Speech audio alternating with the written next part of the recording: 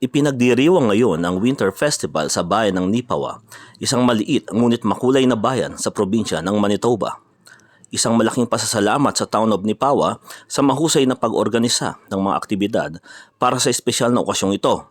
Mula sa masasayang snowman making contest, ice skating at sleigh rides, Happy Winter Festival! Hanggang sa iba't ibang pampamilyang kasiyahan, ramdam ang diwa ng taglamig sa bawat sulok ng bayan na puno ng tawanan at saya ang buong araw, lalo na para sa mga bata na walang sawang naglaro sa niyebe.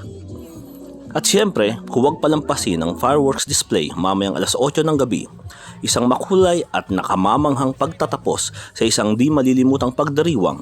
Kaya ano pang hinihintay nyo? Tara na at makasaya sa Winter Festival ng Nipawa.